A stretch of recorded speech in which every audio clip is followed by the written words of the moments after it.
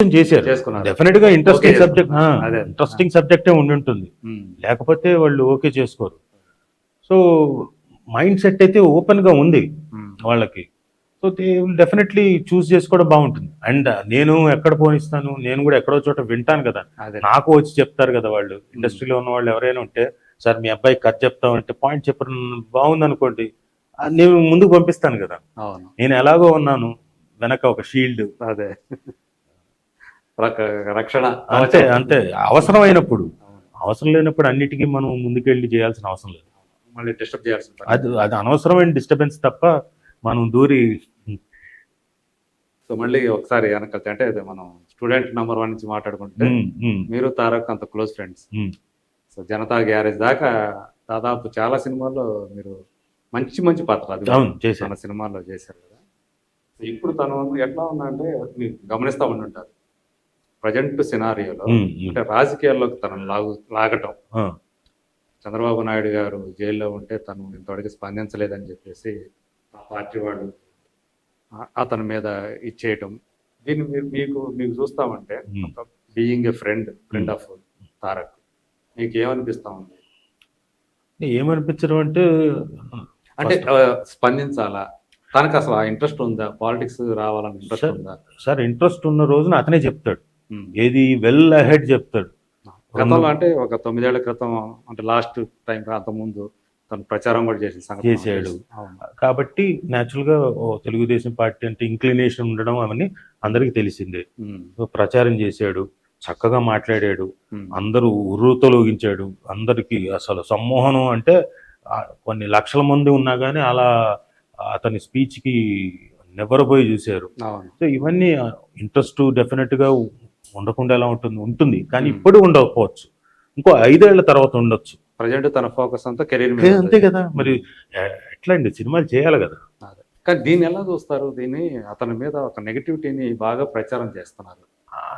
నాకు దాని మీద పెద్ద ఐడియా లేదండి. అంటే అది అందరూ నిజంగా నెగిటివ్ గా ఫీల్ అవుతున్నారా, లేకపోతే ఒక సెట్ ఆఫ్ పీపుల్ కూర్చొని నెగిటివ్ కామెంట్స్ పెట్టిస్తున్నారా అన్నది నాకు కరెక్ట్ గా తెలియట్లేదు.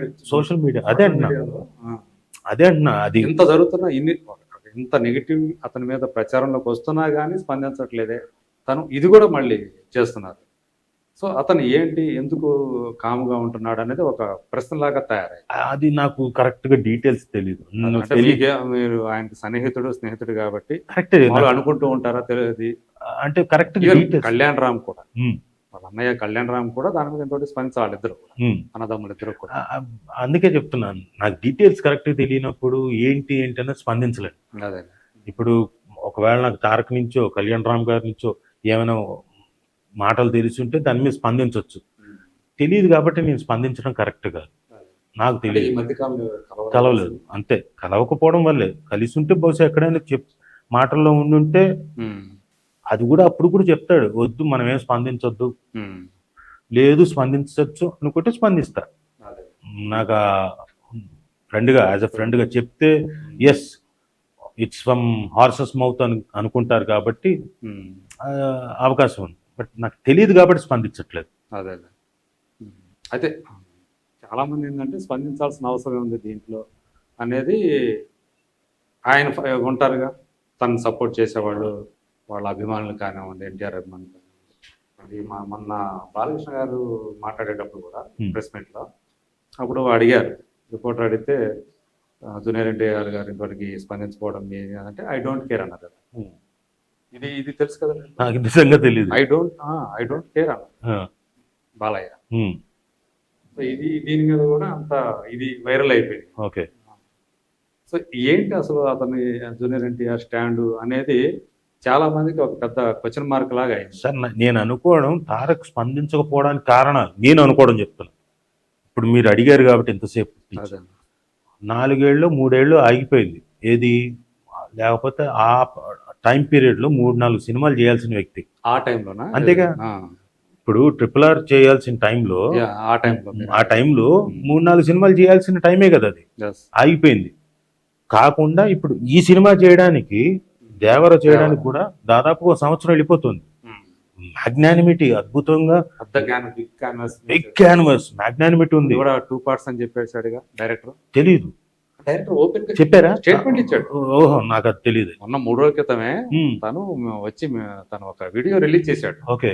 ఇది అంటే మేము మామూలుగా అనుకున్నాం, ఒక సినిమా అనుకున్నాం, కానీ అది చూస్తా ఉంటే వెళ్తా ఉంటే ఇది అంటే ఒక సీన్ కానీ ఒక డైలాగ్ కానీ మనం దాన్ని తీసేయడానికి లేదనిపిస్తా ఉంది. అందుకని 2 పార్ట్లుగా దీన్ని చేయాలనుకుంటున్నాం ఆయనే వచ్చి కెమెరా వచ్చి చెప్పాడు. మరి చూడండి, రిలీజ్ చేశాడు. ఓకే. మరి ఇంత మ్యాగ్నానిమిటీ ఉన్న అంటే ఈ పీరియడ్ లో యాక్ట్ చేయాల్సిన నేను అనుకోవడం, తనకి న్యాచురల్ గా యాక్టింగ్ అంటే విపరీతం కదా, ఇంకా టైం ఉంది కదా చేయడానికి, వాట్ ఎవర్ ఇంకా రావడానికి కూడా టైం ఉంది కాబట్టి కాబట్టి ఈ సినిమాలు ఇవన్నీ ఎక్కువగా దేని మీద కాన్సన్ట్రేట్ చేద్దాం అనుకుని ఉంటాడు. అందుకని దేని మీద స్పందించకుండా ఉన్నాడేమో అనుకుంటున్నా. మేబీ అంటే అదే మనకి అతను చెప్పేదాకా వాళ్ళిద్దరు అన్నదమ్ములు ఎవరో ఒకరు చెప్పేదాకా మనకేం తెలియదు, లేకపోతే ఎవరితో పంచుకుంటేనో తెలుస్తుంది అంతే. సో ఇప్పటిదాకా అయితే అది గుంభరంగానే ఉంది కాబట్టి తెలియదు. ఇంకొకళ్ళు ఏంటంటే అవతల పక్షంలో ఆయన క్లోజ్ ఫ్రెండ్స్ వీళ్ళు ఉన్నారు కదా, నాని, కొడాలి నాని, వల్లభనేని వంశీ. సో అందువల్ల కూడా ఈయన ఎటు కాకుండా అలా ఉన్నాడు, బయోమీడియా అట్లా మాట్లాడకుండా ఉన్నాడు అనేది కూడా, అంటే ఎందుకంటే కొడాలి నాని మాట్లాడు దీని మీద అని ఆయన స్టేట్మెంట్ ఇస్తున్నాడు ఒక పక్క నాని. ఓకే. ఇలాంటి రాజకీయం ఇప్పుడు జూనియర్ ఎన్టీఆర్ గారి చుట్టూ నడుస్తూ ఉంది. ఏమవుతుంది ఏంటి రేపొద్దున ఏంటి అనేది మరి చూడాలి మనం. సో మీకైతే రాజకీయాలు ఏమైనా ఇంట్రెస్ట్ ఉంటుందా? నాకా అంటే రైట్ టైం అనుకున్నప్పుడు వస్తాను, కావాల్సిన టైంలో సమ్వేర్ ఓకే మంచిది అనుకుంటే, ఇఫ్ నేను గనక టైం కేటాయించగలను, నేను నేర్చుకొని, అది కూడా మనకు తెలియకుండా ఆషామాషిగా రేపు పొద్దున్న రమ్మన్నారు వెళ్ళిపోయి పట్టుకొని వెళ్ళిపోవడం కాదు. ఆ పొలిటికల్ సైన్సెస్ అనేది నేర్చుకొని దాని మీద 1-2 సంవత్సరాలు దాని మీద అధ్యయనం చేసి ఆ తర్వాత నిజంగానే okay I'm fit for this అనుకుంటే అప్పుడు వెళ్తాను, లేకపోతే ఏ పార్టీ వైపున ఇంక్లినేషన్ అనేది ఉందా? అది ఇప్పుడు చెప్పలేం కదా. ఓకే, అది ఇప్పుడు చెప్పలేను. అప్పటికి ఏమవుతుందో ఏంటో తెలియాలనుకున్నప్పుడు అది ఎప్పుడో తెలియదు. ఇట్ ఆల్ డిపెండ్స్ అండి. ఎందుకంటే సినారియో రోజు రోజుకి ఇండియాలో మారిపోతుంది. ఆ పార్టీ ఈ పార్టీ ఇంకోటి తిట్టుకోవడాలు అన్నది బాగా పెరిగిపోయింది. రాజకీయాలు అంటే ఒకరికి కొమ్ము కాయాలి, ఒకరికి అది ఓకే, ఒకరి నుంచి వ్యతిరేకత ఎదుర్కోవాలి, కరెక్టే. కానీ తిట్టుకోవడాలు అన్నది లేదు కదా. ఇప్పుడు వేరే లెవెల్కి వెళ్ళిపోయింది, వేరే లాంగ్వేజ్ లెవెల్కి వెళ్ళిపోయింది. అంటే సో ఐ డోంట్ నో ఈ సినారియో అన్నాడు. ఇప్పుడు సరిగ్గా గుర్తు చేశారు. రోజా ఇష్యూ నడుస్తా ఉంది ప్రజెంట్. బండారు సత్యనారాయణ అన్నారని, సీడీలు ఏవో ఉండే తన దగ్గర, ఫిలింలు ఏవో బూత్ ఫిలింలు ఉన్నాయని, రోజాకి సపోర్ట్గా ఖుష్బు, రాధిక, తర్వాత కవిత గారు, ఇట్లాంటి వాళ్ళందరూ కూడా వచ్చి ఆమెకు సపోర్ట్గా, అంటే ఇక్కడ ఒక స్త్రీ అంటే ఇట్లా చులకనగా మాట్లాడతారా? రాధిక అయితే ఒక స్టెప్ ముందుకేసి, మీరు బయటకు వెళ్తే మీ ఇంట్లో ఏం జరుగుతుందో మీకు తెలుసా అని చెప్పేసి కూడా ఆమె మాట్లాడేసింది. రాధిక బండారు సత్యనారాయణ ఉద్దేశించి. తిట్టుకునే కల్చర్ తగ్గినప్పుడు రావచ్చు నేను, లేకపోతే ఇంట్లో కూర్చోవచ్చు. మీరేనారా? మీరు ఇది తెలుసు కదా, ఇదైతే తెలుసు. తిట్టడం వరకు, తిట్టుకోవడం వరకు. సినిమా వాళ్ళ గురించి ఇలాంటి ఒపీనియన్లు, ఇలాంటి మాటలు మాట్లాడే వాళ్ళ గురించి మీరేమంటారు? అంటే డెఫినెట్గా సార్ తప్పు సార్. ఒకటి, ఎందుకంటే సినిమా వాళ్ళు మీకు బోల్డ్ అంత ఎంటర్టైన్మెంట్ ఇస్తారు. మీకు మొత్తం అంతా మీరు పడిన కష్టానికి, అంటే రోజు కష్టపడతారు, ప్రతి వాళ్ళు కష్టపడతారు, మార్నింగ్ నుంచి ఈవినింగ్ దాకా. పాలిటిక్స్లో ఉన్న అతిగా ఇంకా ఎక్కువ కష్టపడతారు. వాళ్ళకి పర్సనల్ లైఫ్ అంటూ ఉండదు, వాళ్ళంతా ఇంకా పబ్లిక్ లైఫే. వాళ్ళకి ఎక్కడో చోట ఒక చోట సినిమా అన్నది రిలాక్సేషన్ ఇవ్వచ్చు. అలాంటి సినిమా వాళ్ళు అలాంటి వాళ్ళని పట్టుకొని కమెంట్ చేయడం భావ్యం కాదని నా ఉద్దేశం. ఎందుకంటే ఎప్పటి నుంచో ఎక్కడ చూసినా సినిమా వాళ్ళు అక్కడిక్కడ ప్రచారాలకు వెళ్ళిన వాళ్ళే తప్ప నష్టం కలిగించిన వాళ్ళు కాదు, ఎవరికి ఇబ్బంది కలిగించిన వాళ్ళు కాదు. సో ఎందుకని ఏ ఇష్యూ వచ్చినా కానీ అందులో కనుక సినిమా వాళ్ళు కనుకుంటే వాళ్ళ మీద ఈజీగా, అంటే పబ్లిక్ లైఫ్ లో ఉన్నది పొలిటీషియను, సినిమా, అంతే. These 2 people. సో అందు గురించి ఈజీగా సాఫ్ట్ టార్గెట్ అంటే సాఫ్ట్ టార్గెట్, ఈజీగా. మహా అంటే ఒక చిన్న రాయి స్పెక్ ఇలా విసిరితే చాలు మొత్తం అద్దం పగిలిపోతుంది సినిమా వాళ్ళ జీవితం. జనరల్ చేసి మాట్లాడేస్తుంటారు మొత్తం అందరికి. అదే అంటున్నా, అది తప్పంటున్నా. ఇప్పుడు అన్ని రంగాల్లో ప్రతి దాంట్లో మంచి చెడు రెండు ఉంటాయి ఖచ్చితంగా. ఏదైనా చెడు ఒకటి బయటపడిన ఇన్సిడెంట్ మొత్తం సినిమా మొత్తానికి తెలుగు చిత్రసీమ ఇదైపోతుంది అదైపోతుంది. లేటెస్ట్ గా నవదీప్ ఇష్యూ చూసుకున్నా గానీ అతనికి తెలుసు కదా, మనం మొన్న వీళ్ళు పోలీసులు వచ్చి మళ్ళీ పిలిచారు. లేటెస్ట్ గా ఈడీ వాళ్ళు నోటీసులు పంపించారు ఎన్ఫోర్స్మెంట్ డైరెక్టర్ ఈ రోజా. ఎస్, ఉంది ఓకే, తను సినిమా యాక్టర్, కానీ మొత్తాన్ని టాలీవుడ్ అది సహజంగా సంచలనం.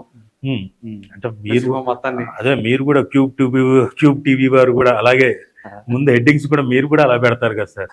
ఏ మాటగా మాట చెప్పి మాట్లాడుకుందాం, లోపల కంటెంట్ వేరు. అదే సినిమా నటుడు కాబట్టి అదే అంటున్నా.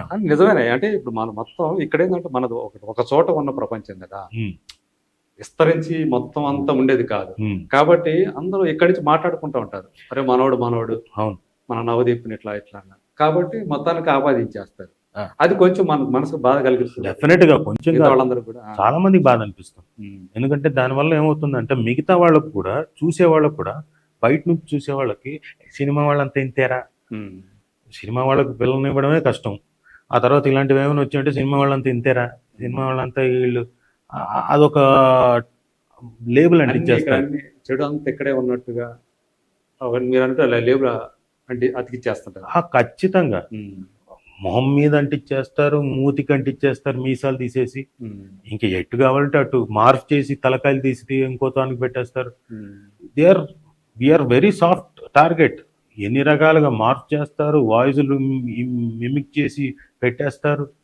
అసలు మనమే ఆశ్చర్యపోవాలి, మనం ఎప్పుడు మాట్లాడాము, ఏంటిది ఫోటో ఎప్పుడు దిగాం రా బాబు, ఇదే డౌట్ మనకే వస్తుంది. ఇదేంటి మనం ఏమైనా పొరపాటున ఆ రోజున. ఇప్పుడు మార్పింగ్లు ఇవన్నీ పోయినాయి. ఇప్పుడు ఆర్టిఫిషియల్ ఇంటెలిజెన్స్ వచ్చింది, ఏ మనుషుల్ని మార్చేస్తున్నారు. ఇప్పుడు తమన్నా కావాలా సాంగ్ స్టెప్లు వేస్తే సిమ్రాన్ వేసినట్టుగా ఆమె ప్లేస్ లో సిమ్రాన్ ఫేస్ పెట్టేశారు, అచ్చం సిమ్రాన్ చేసినట్టే ఉంది. సో ఇప్పుడు మనుషుల్ని మార్చేయటం అనేది చాలా చాలా ఈజీ. ఇంకో సంగతి చెప్పనా, ఇప్పుడు వైరల్ అవుతుంది ఒకటి, ప్రభాస్ అనుష్క చూశారు ఒళ్ళో భావం పెట్టుకొని చూశారు, ఆ ఫోటో చూశారు. ఇదంతా ఏ మహిమ, ఆర్టిఫిషియల్ ఇంటెలిజెన్స్ ఫీడ్ చేస్తారు అందులోకి, అలా అంతే. వేరే ఎవరితో ఉంటది, అది ఫేస్ మార్చేస్తారు అంతే.